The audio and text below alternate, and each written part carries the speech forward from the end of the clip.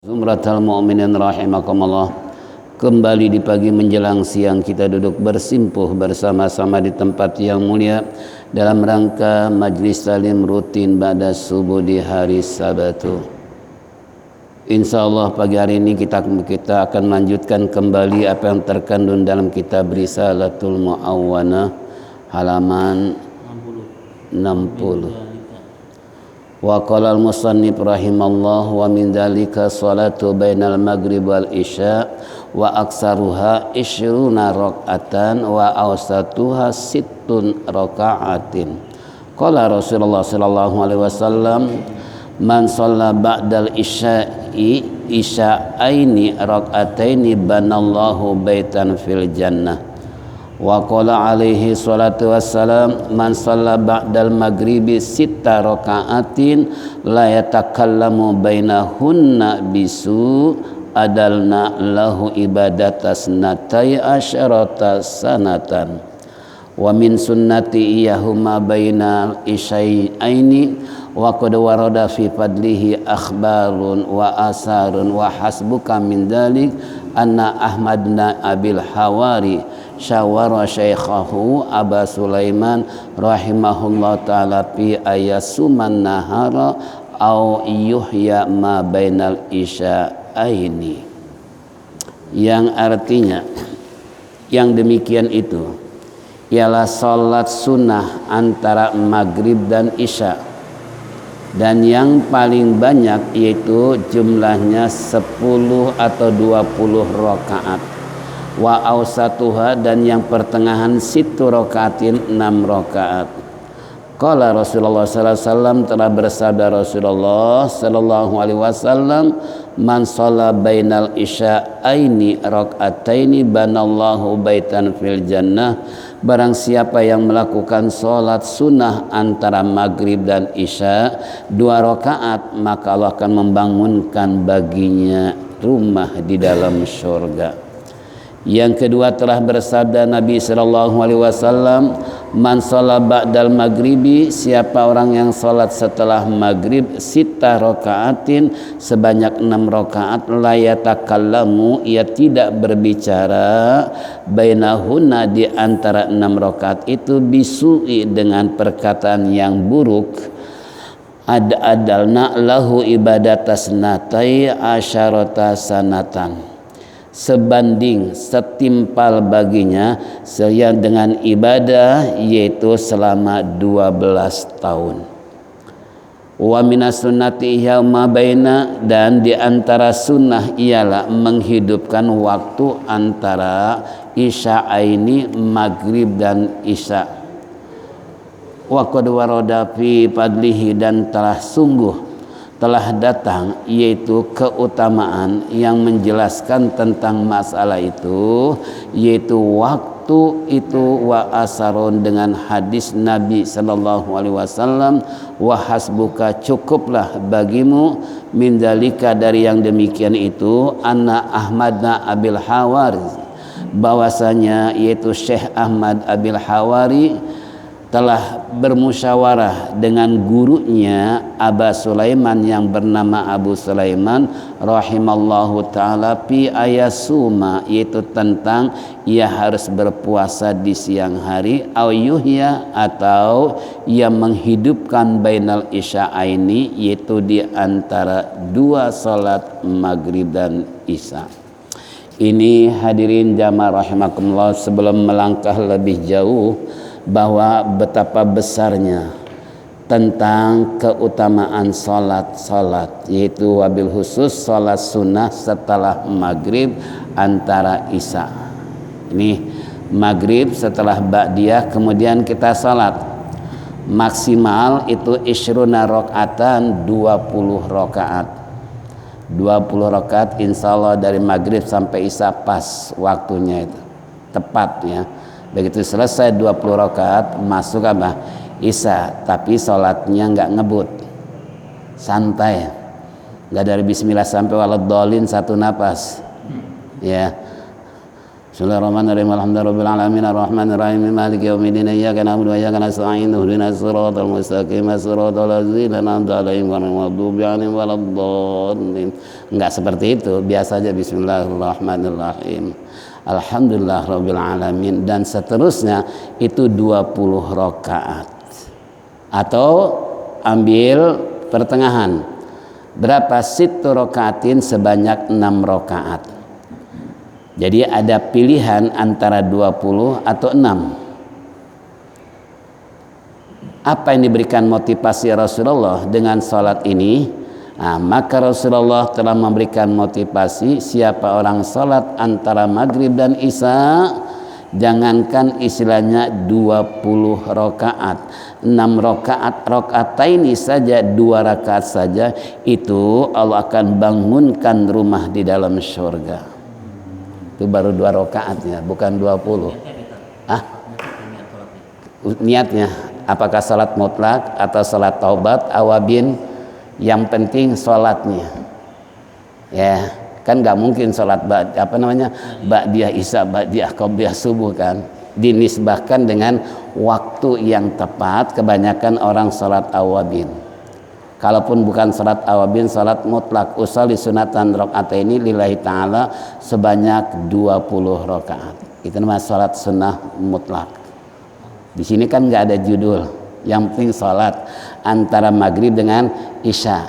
Nah, cuman banyak orang tanya dan kebiasaannya adalah salat awabin atau salat taubat atau salat sunnah mutlak tadi. Ya, itu boleh. Yang penting judulnya apa? Salat. Nah, ini Allah bangunkan rumah di dalam surga. Subhanallah.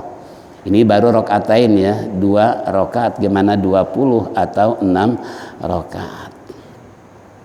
Lalu telah bersabda Nabi kita Muhammad SAW di hadis lain, siapa orang yang sholat setelah maghrib 6 rakaat, tidak dia berbicara di antara rakaat-rakaat tersebut tentang masalah omongan yang sia-sia, omongan yang tidak ada manfaatnya, atau omongan yang jelek kalau bahasa kita, ini sebanding adalna lahu ibadatas nai asyarata sanatan, sama dengan ibadah selama 12 tahun. Nah, kalau 12 tahun kira-kira gimana?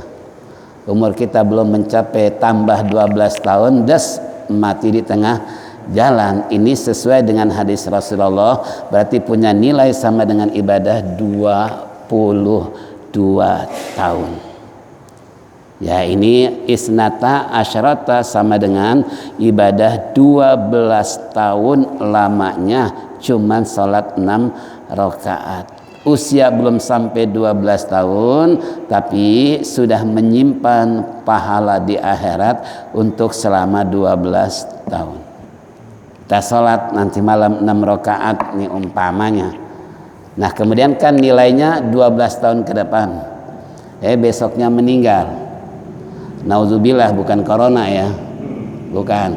Umpamanya meninggal. Itu deposito akhirat, pahala itu Allah sudah simpan selama buat 12 tahun.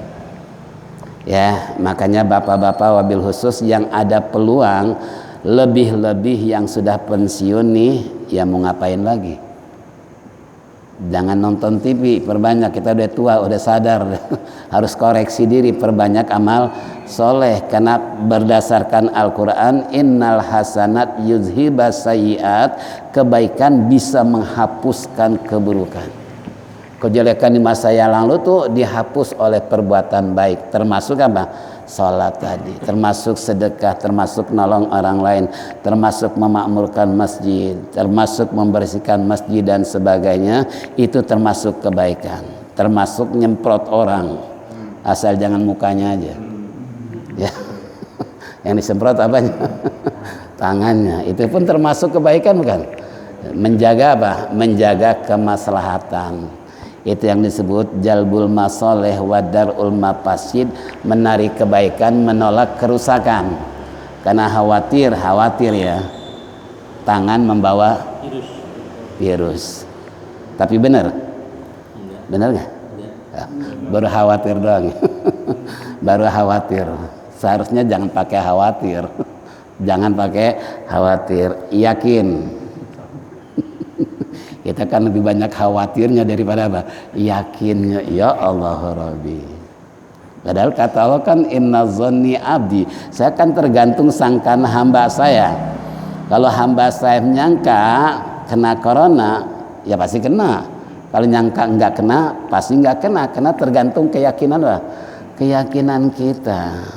Ini yang jadi sumber dalil seharusnya. Kita kagak banyak khawatir.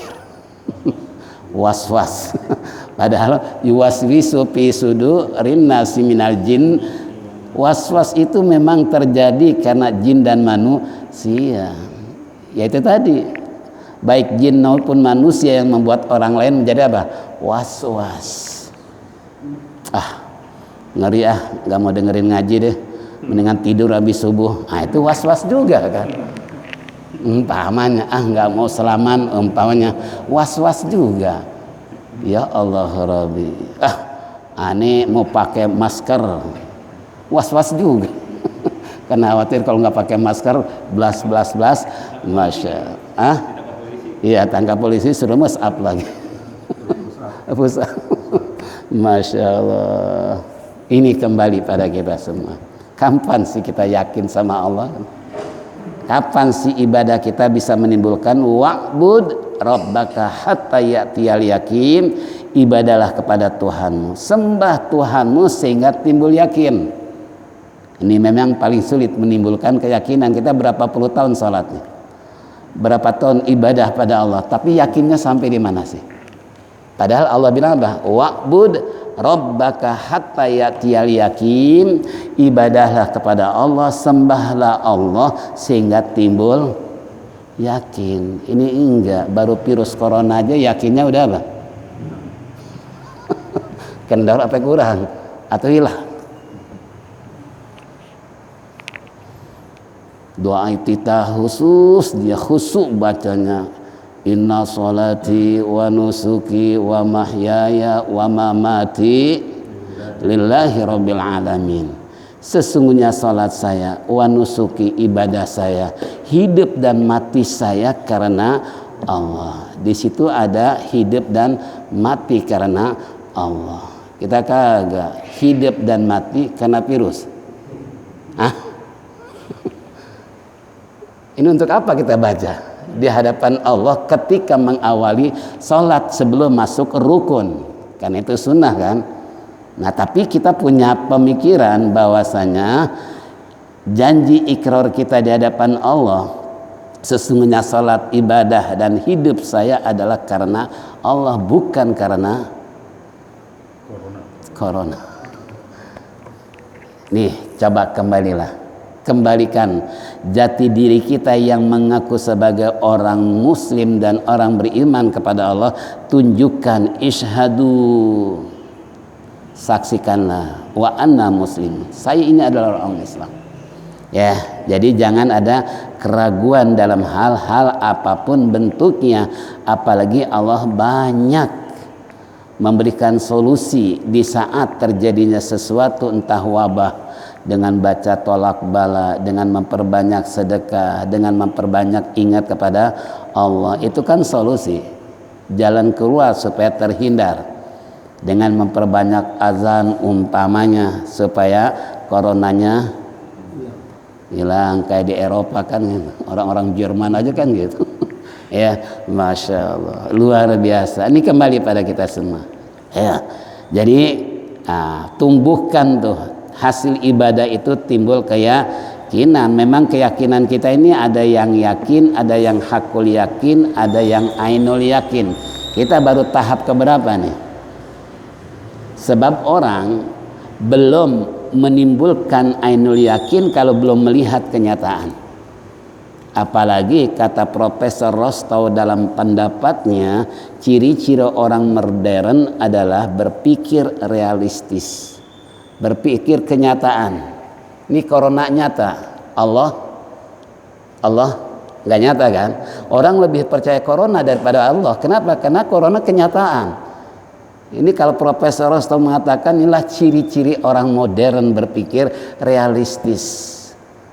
Ya, contoh tadi, Allah adalah suatu hal yang abstrak, yang tidak bisa dilihat dan tidak ada bentuk. Ini yang menyebabkan orang kurang percaya dengan Allah. Tapi kalau corona jelas kan virus-virusnya, sehingga sampai dokter pun nggak mau menyentuh.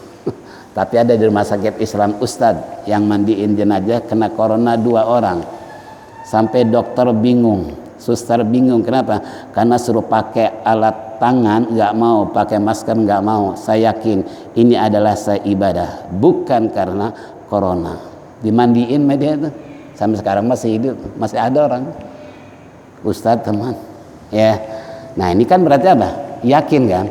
Nah kita sampai di mana nih? Karena kata Allah kan dalam Al-Quran, Bismillahirrahmanirrahim, Alhaakumut takatsuru hatta zurtumul maqabir kalla sawfa ta'lamun summa kalla sawfa ta'lamun kalla law ta'lamuna ilmal yakin la tarawunnal jahim summa la tarawunnaha ainal yakin summa la tus'alunna yauma idzin anin alhaakumut takatsur. Kata Allah, mereka dalam kehidupan berbangga-bangga, berlomba-lomba memperbanyak kekayaan. Sampai kapan sih batas manusia berbuat seperti ini? Hatta zurtumul maqabir, sampai nanti masuk ke dalam kubur. Makanya masih di dunia ambisi luar biasa. Pengen jadi pejabat lah, pengen jadi anggota gitu kan, pengen jadi orang kaya. Ada nggak di dunia orang pengen jadi orang susah? Nggak ada ya. Masya Allah. Kenapa? Ya, nah ini kembali kepada kita semua. Itu alhaakumut takatsur, sampai istilahnya masuk kubur. Kata Allah, kalla sawfa ta'lamun, jangan begitu, nanti kamu tahu. Summa kalla sawfa ta'lamun, kemudian kata Allah, jangan begitu, nanti kamu bakal tahu masalahnya. Kalla law ta'lamuna ilmal yakin, kalla jangan begitu. Kalla law ta'lamuna ilmal yakin, kalau demikian kamu nanti pasti yakin akan tahu apa? La tarawunal jahim, benar-benar kamu akan melihat neraka jahim. Ini kalau belum masuk lihat neraka jahim, orang kan belum percaya, karena nggak nyata kan. Ini ciri-ciri orang modern, udah masuk ke neraka jahim baru apa? Nah, baru dia sadar. Oh, ini orang yang suka menimbun kekayaan, orang berlomba-lomba memperbanyak harta kekayaan sampai lupa diri.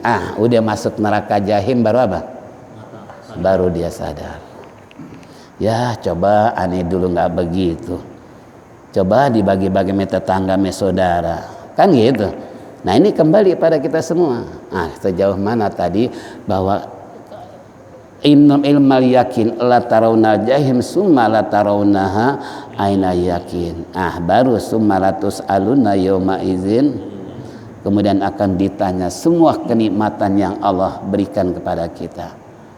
Nikmat apa saja? Telinga bisa dengar, mata bisa lihat, mulut bisa bicara, hidung bisa mencium, kaki bisa berjalan, tangan bisa memegang. Semua bakal ditanya. Percaya nggak? Kalau nggak percaya mati aja dulu. Kan nggak percaya. Ini kan surat At-Takatsur. Ini kembali pada kita semua.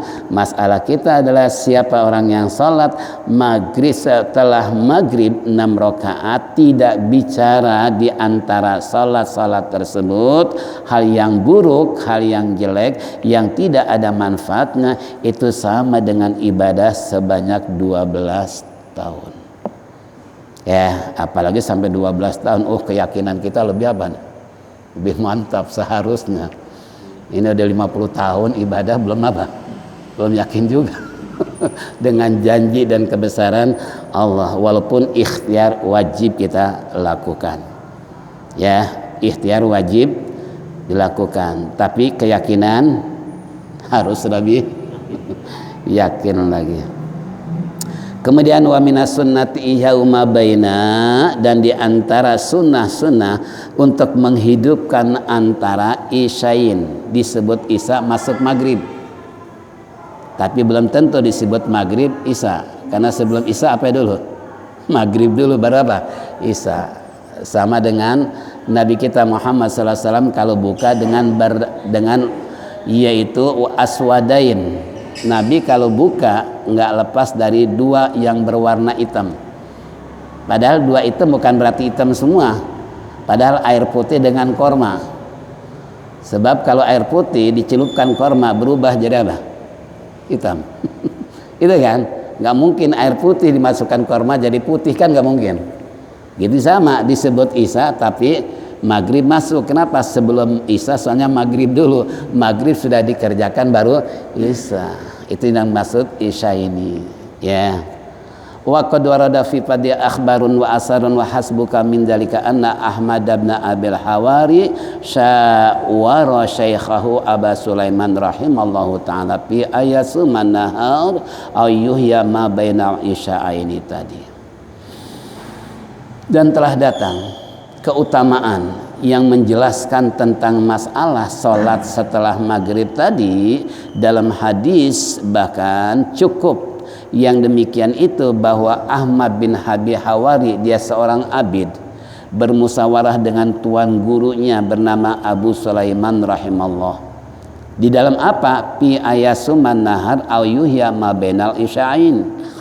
Di dalam masalah puasa di siang hari kemudian menghidupkan di waktu malam, yakni salat antara maghrib dan isya. Ini orang-orang ulama salafus soleh dulu itu kalau melakukan sesuatu minimal tanya guru, minimal berdiskusi dengan guru. Walaupun dia sudah berijtihad, dia mampu untuk melakukan, tapi untuk membuat keabsahan ibadahnya ini lebih yakin lagi guru diajak bicara.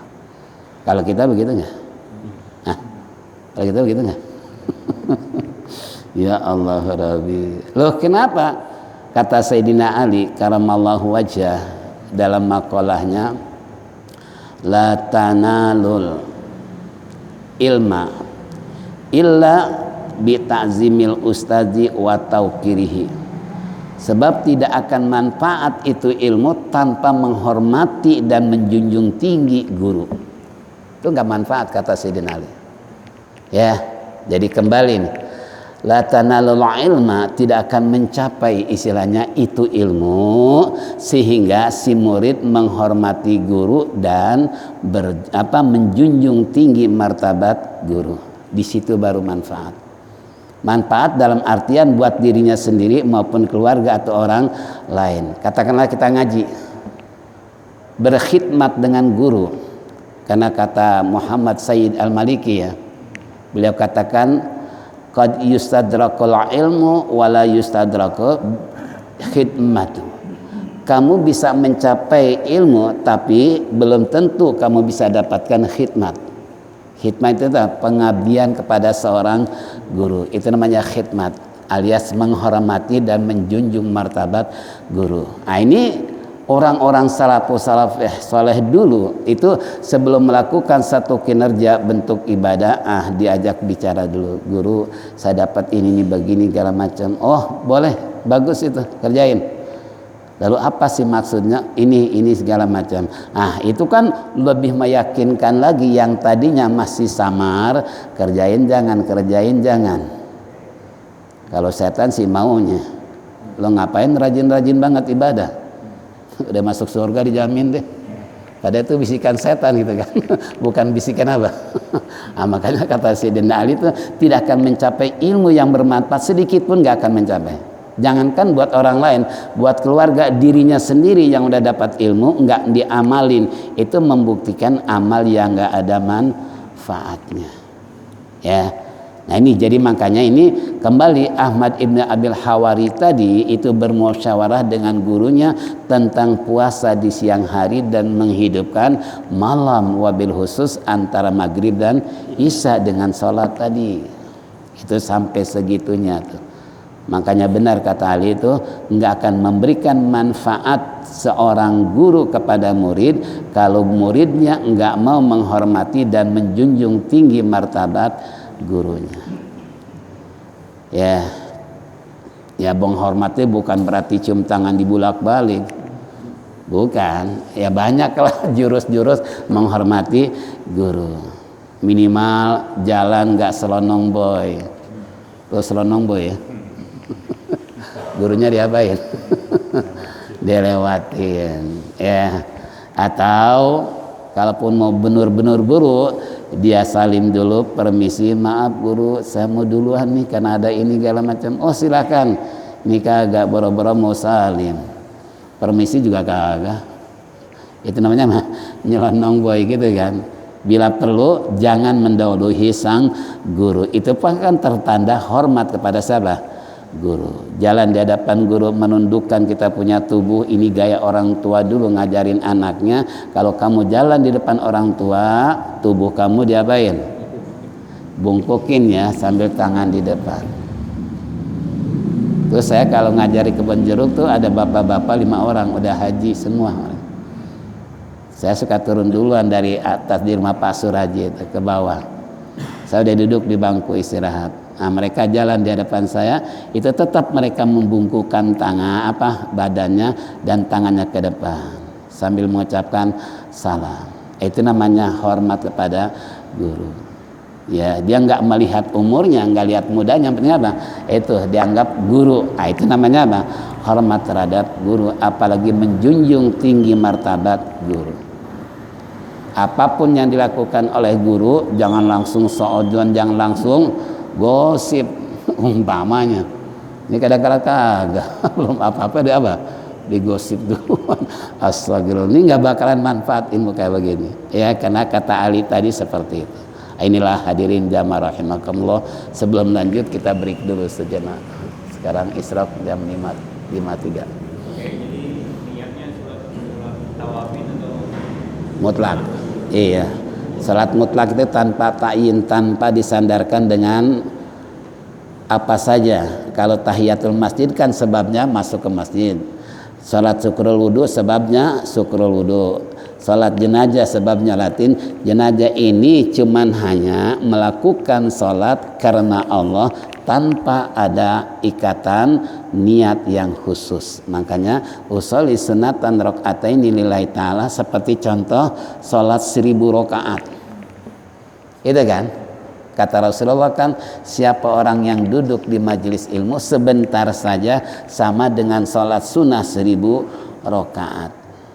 Ini ada daerah Jawa satu pesantren itu kalau malam nisfu Saban 1000 rakaat salat. Kemarin ada yang tanya, nih di Masjid Kemayoran ada, dia 100 rakaat. Nggak jauh dari rumah saya ke sebelah sana Al Musyawarah itu kalau malam nisfu Saban 100 rakaat. Jamaah ada yang ngomong sama saya, Ustadz saya boro-boro 1000 rakaat, 100 aja nggak kuat, kabur duluan saya. Dia cerita sendiri. Itu rutin tuh malam nisfu Saban. Ya, 100 rakaat. Baru berapa rakaat saya nggak kuat, pulang aja deh. Nah, ini ya Allah Rabbi. Kembali tadi. Itu namanya sunnah mutlak ya. Kalau 1000 rakaat niatnya kira-kira gimana? Usolli sunatan rakaatin lillahi ta'ala, niat aku salat kan gitu. Ya.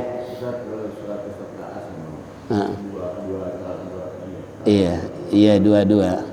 Kenapa? Karena salatul lail masna. Kalau salat malam lebih utama dua.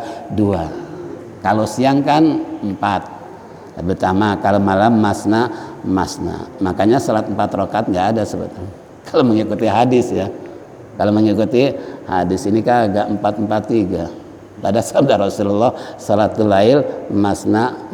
Salat malam 2 rakaat.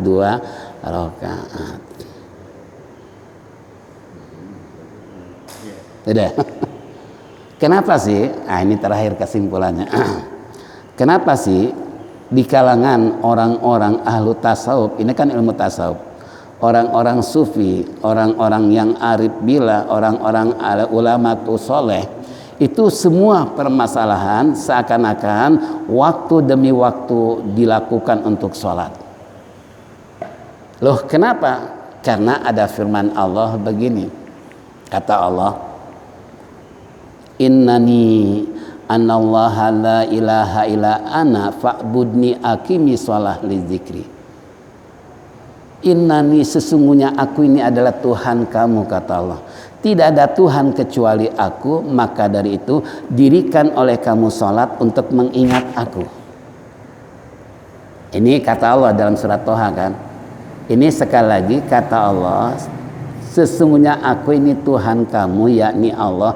Tidak ada Tuhan kecuali aku, kata Allah. Maka dari itu dirikan oleh kamu salat untuk mengingat aku.